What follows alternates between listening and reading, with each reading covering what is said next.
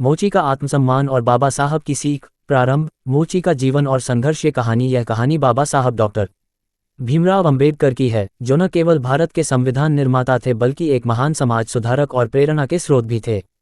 उनकी कोशिश हमेशा से यही रही कि समाज के कमजोर और पिछड़े वर्ग को न्याय और समानता का अधिकार मिले। इस कहानी में बाबा साहब और एक मोची की मुलाकात के माध्यम से हम देखेंगे कि कैसे बाबा साहब ने एक साधारण व्यक्ति के आत्मविश्वास को ऊंचाई दी और उसे अपने जीवन की दिशा बदलने के लिए प्रेरित किया। कहानी। मोची का आत्मसम्मान और बाबा साहब की सीख। प्रारंभ। मोची का जीवन और संघर्ष। ये कहानी एक छोटे से गांव की है जहां एक मोची, जिसका नाम रामू था, अपने परिवार के साथ रहता था। रामू एक मेहनती और ईमानदार व्यक्ति था, जो पूरे दिन गांव में लोगों के जूते चप्पल ठीक करने का काम करता था। उसके काम को लोग बहुत कम आंका करते थे और उसे अक्सर तुच्छ समझा जाता था। समाज में निचली जाति का होने के कारण लोग उससे दूर दूर रहते थे और उसे सम्मान की नज़रों से नहीं देखते थे। रामू की सबसे बड़ी इच्छा थी कि उसके बच्चे पढ़ लिख कर अपने पैरों पर खड़े हो सकें और समाज में उसका नाम सम्मान से लिया जाए। लेकिन रामू खुद को हमेशा तुच्छ और छोटा समझता था। उसे लगता था कि उसकी जाति और पेशा उसके बच्चों के भविष्य में भी बाधा बनेगा।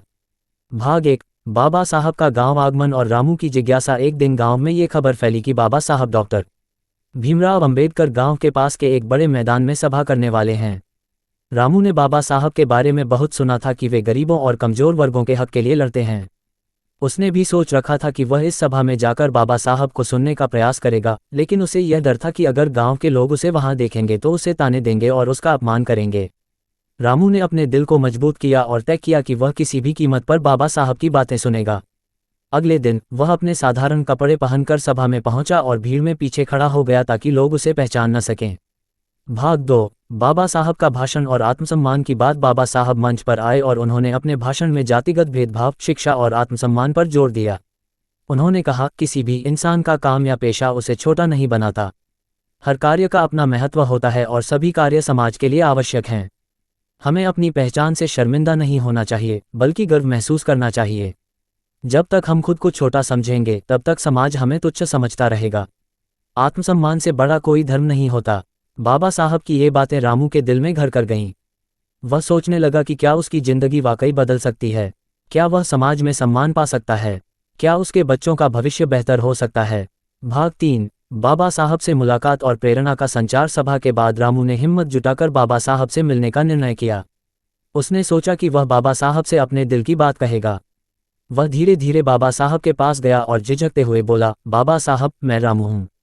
मैं एक मोची हूँ। लोग मुझे तुच्छ समझते हैं। क्या मेरा जीवन कभी बदल सकता है। क्या मेरे बच्चों का भविष्य उज्ज्वल हो सकता है। बाबा साहब ने उसे ध्यान से देखा और मुस्कुराते हुए कहा, रामू, अपने काम को छोटा मत समझो। समाज में हर काम का महत्व है। क्या तुम जानते हो कि अगर तुम लोगों के जूते ठीक न करो तो वे चल भी नहीं पाएंगे। तुम्हारा काम भी उतना ही महत्वपूर्ण है जितना किसी और का। हमें अपने काम में गर्व होना चाहिए और खुद को कभी भी नीचा नहीं समझना चाहिए। रामू ने आश्चर्य से पूछा, लेकिन बाबा साहब, लोग हमारी जाति के कारण हमें नीचा समझते हैं। क्या हम कभी बराबरी पर आ सकते हैं। बाबा साहब ने गंभीरता से उत्तर दिया, बराबरी पाने के लिए सबसे पहले तुम्हें खुद को बराबरी पर मानना होगा।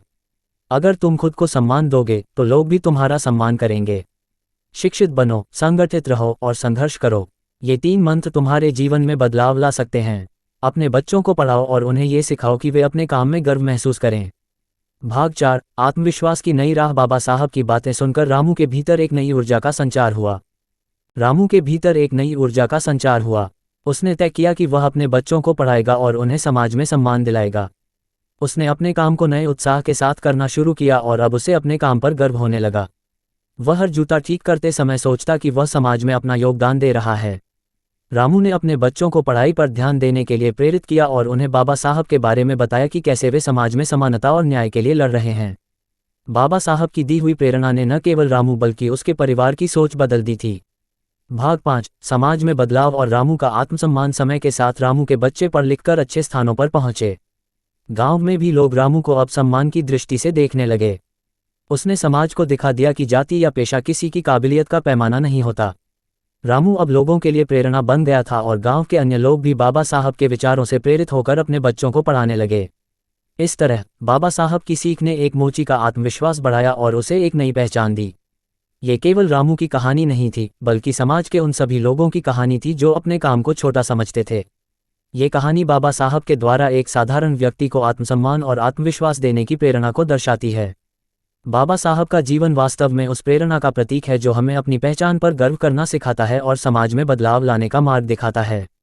सूचना सिर्फ मान्यताओं और जानकारियों पर आधारित है। यहाँ ये बताना जरूरी है कि यह मेरा वीडियो किसी भी तरह की मान्यता, जानकारी की पुष्टि नहीं करता है। किसी भी जानकारी या मान्यता को अमल में लाने से पहले संबंधित विशेषज्ञ से सलाह लें। धन्यवाद।